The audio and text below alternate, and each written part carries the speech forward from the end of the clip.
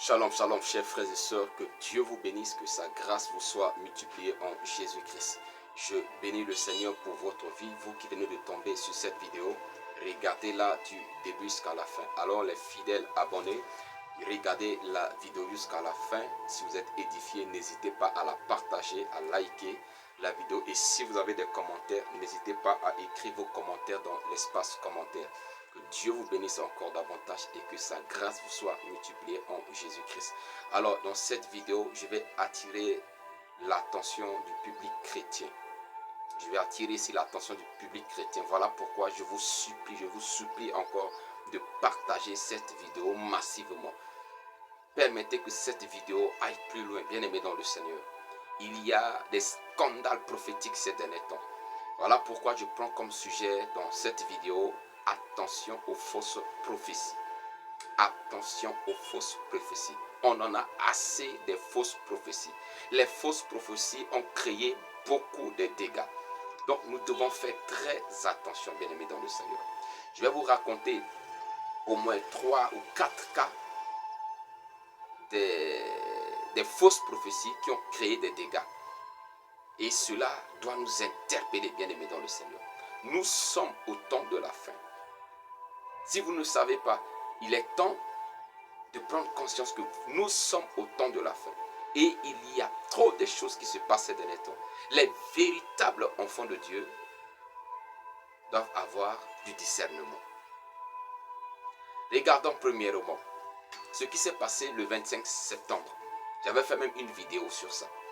Le 25 septembre, il y a un frère du côté de l'Afrique du Sud qui a fait sortir une prophétie qu'il y aura l'enlèvement de l'église entre le 24 et le 25 septembre, avec des arguments. Et cette prophétie a eu un écho plus important que d'autres prophéties dans le passé. Parce qu'il y a eu des hommes de Dieu qui se sont levés pour donner des soi-disant des confirmations par rapport à cela. Qu'est-ce que je vais dire? Je me rappelle de la vidéo d'un homme de Dieu que j'ai suivi avant, bien sûr, le 24. Il a dit dans sa vidéo qu'il n'a pas inscrit ses enfants à l'école parce qu'il avait la certitude de cette prophétie. Pourquoi inscrire les enfants puisque les classes devaient commencer le 1er septembre dans ce pays-là? Et il n'a pas inscrit ses enfants parce qu'il a eu la certitude de cette prophétie. Et il y a une sœur prophétesse qui prie aussi avec lui et qui a aussi certifié cette prophétie. Bon, imaginez ceux de son église, ceux qui le suivaient, qui ont peut-être cru aussi à cette prophétie et qui n'ont pas inscrit leurs enfants à l'école, soit disant que cette prophétie, soit disant que l'enlèvement de l'église devait avoir lieu le 24 et le 25. Aujourd'hui, nous sommes en décembre 2025. L'église n'est pas enlevée. Ceux qui n'ont pas pu inscrire leurs enfants parce qu'ils se disent que ça ne sert à rien. Qu'est-ce que cela a causé pour eux? Quel dommage pour ces enfants bien-aimés dans le Seigneur. Peut-être ils ont dit que bon, ça vaut la peine, ils ont pris l'argent qu'ils devaient prendre pour inscrire les enfants, ils ont fait autre chose avec.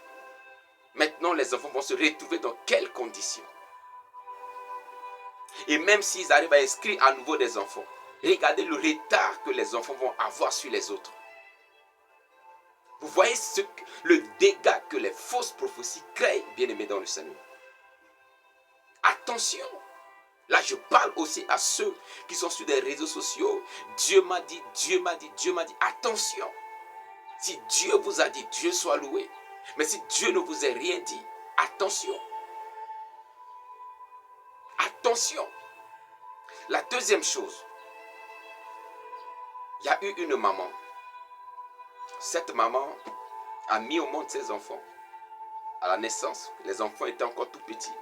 Le papa est décédé. Et cette maman a supporté seule ses enfants avec ses maigres moyens. Se tracasse sous le soleil pour faire des petits commerces. Parfois même aller travailler comme servante chez les gens. Aller laver les habits des gens. Aller nettoyer la maison des gens. Pour trouver l'argent pour venir soutenir ses enfants. Payer les études de ses enfants. Les enfants ont grandi. ont terminé les études, pendant qu'ils étaient en train de chercher du travail, c'est là où leur oncle paternel, qui n'était pas là quand cette maman souffrait, pour mettre au monde ses enfants, pour soutenir ses enfants, va venir les amener dans son église. Et la prophétie va sortir, soit disant que c'est la maman qui est assise sur la destinée, sur la bénédiction de ses propres enfants. Et que c'est cette dernière qui a tué son mari. Bien-aimé dans le Seigneur, cette prophétie a amené ses enfants à détester leurs parents, à détester leur maman. Ils ont quitté la maison. Ils ont fait souffrir cette maman. Cette maman va de gauche à droite essayer de ramener ses enfants auprès d'elle. Mais non. Les enfants même disent que ils vont prier, le feu va détruire leur maman. Leur maman va mourir. La maman est partie contacter une émission animée par des pasteurs qui consiste à réconcilier des vies, des personnes. On a fait venir ses enfants. Mais il faut voir des mots qui sortent de la bouche de ses enfants. La fille a essayé de prendre conscience, mais le garçon il dit non. Et il est sorti même, il est parti. Parce que sa maman, c'est une sorcière. Vous voyez, bien aimé dans le Seigneur, ce que des fausses prophéties créent aujourd'hui. Cette maman n'a pas tué ses enfants. Elle a supporté les enfants, se bat sous le soleil, se bat dans la pluie, se battent de gauche à droite pour soutenir les études. Et un de ces 4 matins, on se lève, on dit qu'elle est sorcière. Ce n'est pas fini. Un autre cas, le monsieur vivait avec sa femme. Ils ont déménagé.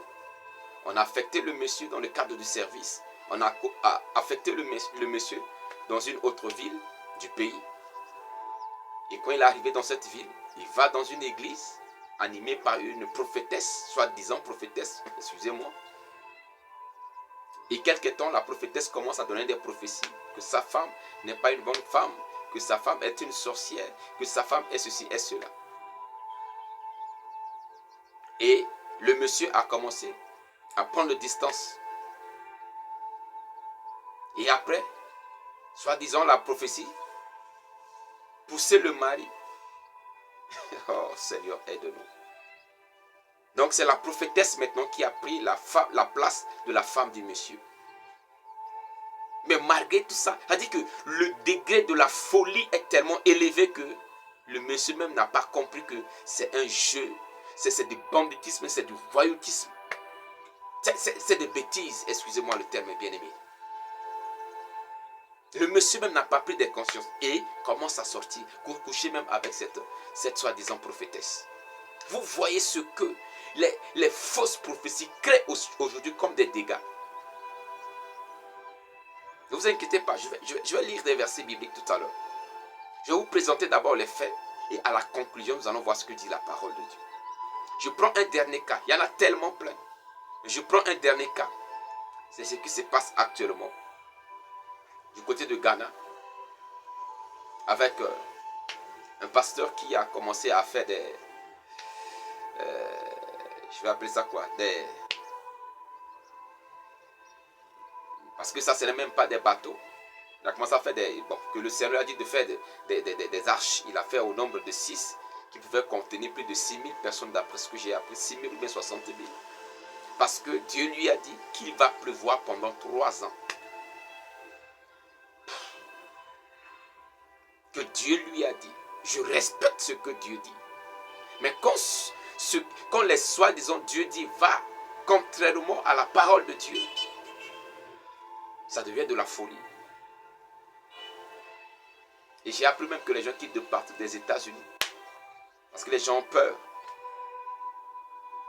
Mais dans la Bible, n'est-ce pas que Dieu a juré par lui-même qu'il ne va plus détruire la terre par le déluge?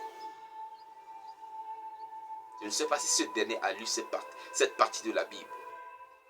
Dieu est fidèle à sa parole. Ce n'est pas une question d'ancienne alliance, non. Moïse n'était pas encore né quand Dieu a détruit la terre à l'eau de déluge. Et il a juré par lui-même qu'il ne va plus le faire. Et le signe qu'il a donné pour cela, c'est l'arc-en-ciel. Bien-aimés dans le Seigneur, lisez la parole de Dieu. Ayez le discernement.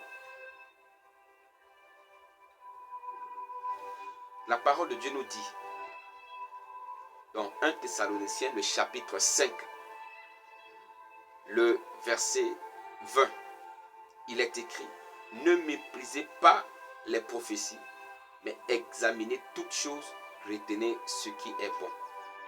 Est-ce que les gens prennent le soin d'examiner les prophéties qui sortent de gauche à droite aujourd'hui? Est-ce que les gens prennent le soin de les examiner?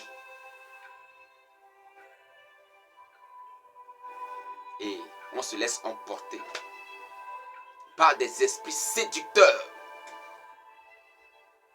La Bible dit d'éprouver les esprits pour voir s'ils viennent de Dieu. Éprouvons ces prophètes. Éprouvons les esprits qui les animent. Éprouvons les messages qu'ils donnent. Bien-aimés dans le Seigneur, même le grand apôtre Paul, même le grand prédicateur, apôtre Paul, celui que Dieu utilisait puissamment, celui que sans nombre, par l'action du Saint-Esprit, guérissait des malades, quand il est arrivé à Bérée, la Bible dit, les chrétiens de Bérée, les frères, les disciples de Bérée, prenaient le soin d'examiner ce qu'on les enseignait tous les jours. Nous pouvons vérifier cela dans Actes des Apôtres, le chapitre 17. À partir du verset 10, il est écrit, aussitôt les frères firent partie de nuit Paul et Silas pour Bérée. Lorsqu'ils furent arrivés, ils entrèrent dans la synagogue des Juifs. En fait, ils étaient à Thessalonique. Il y a eu une persécution. Et les disciples les ont fait partie de nuit pour épargner leur vie. Et ils sont arrivés à Bérée. Ils sont entrés dans les synagogues pour partager la parole de Dieu. La Bible dit, les Juifs avaient des sentiments plus nobles que ceux de Thessalonique. Ces Juifs-là recevaient la parole de Dieu avec beaucoup de considération. Ils reçurent la parole avec beaucoup d'empressement. Et ils examinaient chaque jour les Écritures pour voir si ce qu'on leur disait était exact. Pour voir si ce qu'on leur disait était quoi? Était exact. Même dans les enseignements, dans les prédications aujourd'hui, il y a tellement de fausseté, il y a tellement des erreurs, au point, et comme on n'examine pas, on tombe dans les erreurs. Bien-aimés dans le Seigneur, faisons attention. Vous savez ce que j'ai l'habitude de dire? Quand les gens disent que Dieu leur a dit ceci, Dieu leur a montré ceci, je crois qu'ils ont reçu une visitation. J'ai cette certitude-là. Certainement, ils ont eu une vision, un songe, etc. Ils ont entendu une voix. Mais là où ils se trompent, est-ce que parce que tu as entendu une voix, tu as reçu une vision, tu as eu un songe, que cela vient forcément de Dieu? C'est là où ils se trompent. La Bible dit d'éprouver les esprits. Les esprits peuvent nous parler, mais il faut les éprouver pour voir s'ils viennent de Dieu. C'est là où il y a le problème. C'est là où il y a le problème. On ne les éprouve pas. Parce qu'un esprit m'a parlé, et puis je me lève directement. Je dis à tout le monde entier que Dieu m'a parlé. Et ce qui est dommage dans tout cela, c'est le corps de Christ qui prend la peau cassée. Cela devient un scandale pour le monde. Le nom de Jésus est méprisé. L'Église commence à être... Les gens commencent à mépriser l'Église. Les gens commencent à parler mal de l'Église dans le monde. À cause de ces faussetés.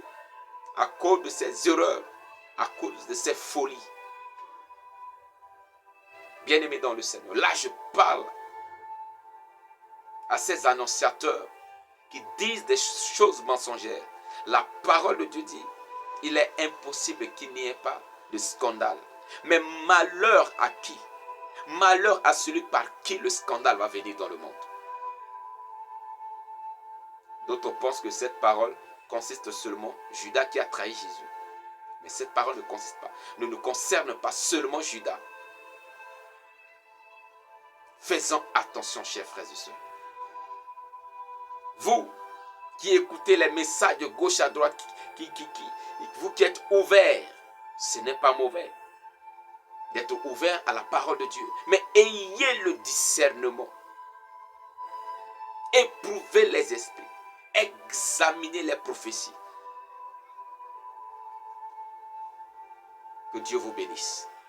Que sa grâce soit sur vous. Que sa paix soit avec vous. Et que sa joie envahisse vos cœurs. Que sa joie envahisse votre cœur.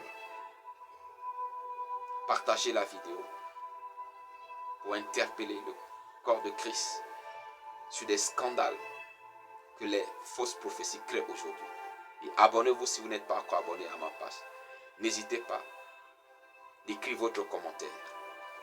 Shalom, shalom et shalom. Rendez-vous dans la prochaine vidéo.